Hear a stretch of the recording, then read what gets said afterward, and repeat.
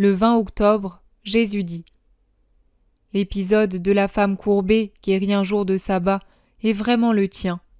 Ton humanité et celle des autres t'avaient courbée. Avant tu étais toute droite, petite âme qui marchait dans ma voie, poussée par la force de ton amour pour ton Jésus, dont tu avais compris plus que toute autre chose la majesté de martyr, et qui voulait être semblable à lui dans le martyr, parce que l'amour t'avait révélé que le martyr est l'amour professé, confessé, accompli à la perfection. Après tu t'étais courbé. Tu avais incliné vers la terre ton âme qui avant ne regardait que le ciel. Les inquiétudes et les affections humaines s'étaient substituées aux sollicitudes spirituelles dans lesquelles tu ne te préoccupais que des intérêts de Dieu et par conséquent, même sans le vouloir de façon délibérée, des intérêts de ton âme. Les affections humaines prirent la place de l'amour pour moi.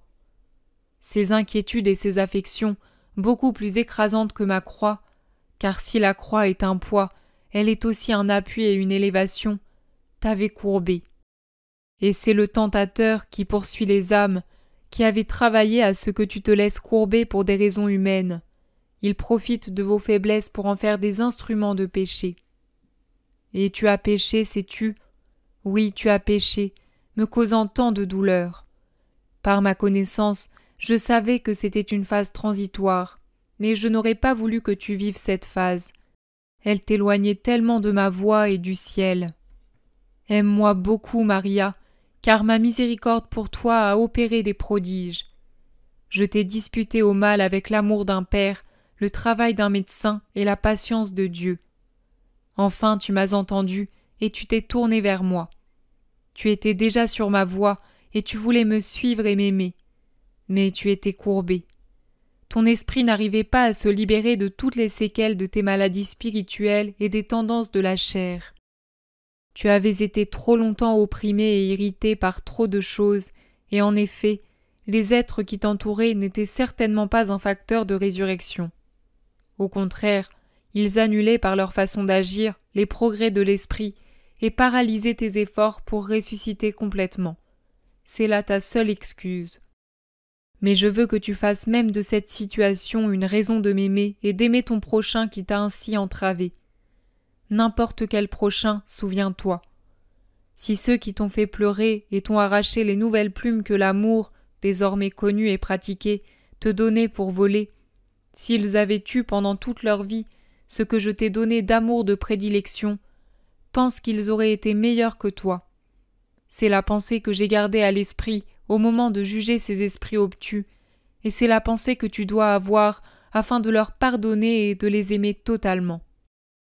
Lorsque j'ai jugé que tu avais été suffisamment puni de ta désertion, quand j'ai pensé que tu l'expirais, je t'ai redressé, mon âme. Je savais que la douleur était sur le point de s'abattre sur toi, et avec la douleur, la solitude. On ne m'appelle pas miséricorde pour rien. Je suis miséricorde.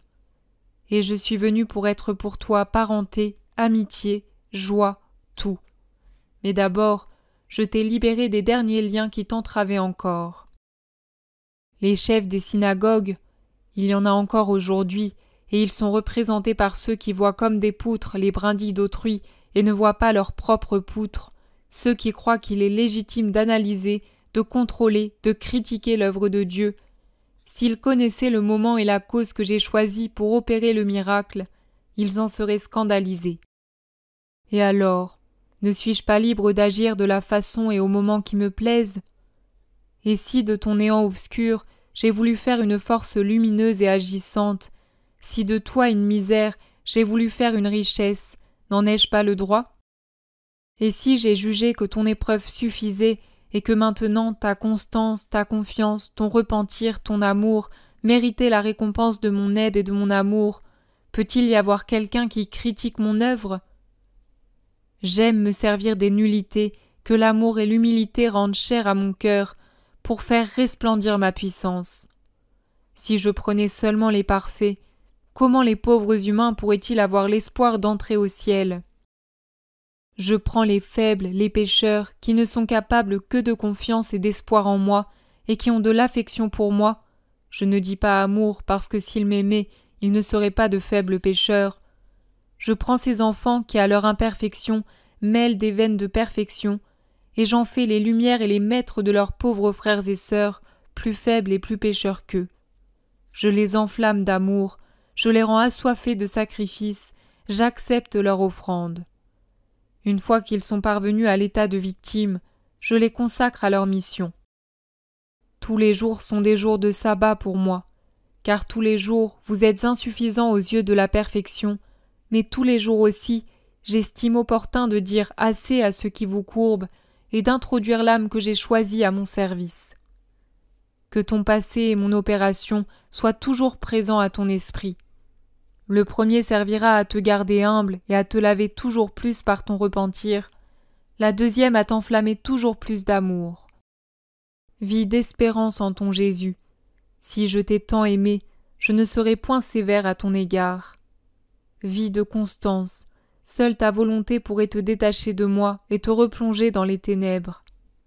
Vis d'humilité, je me communique aux âmes humbles.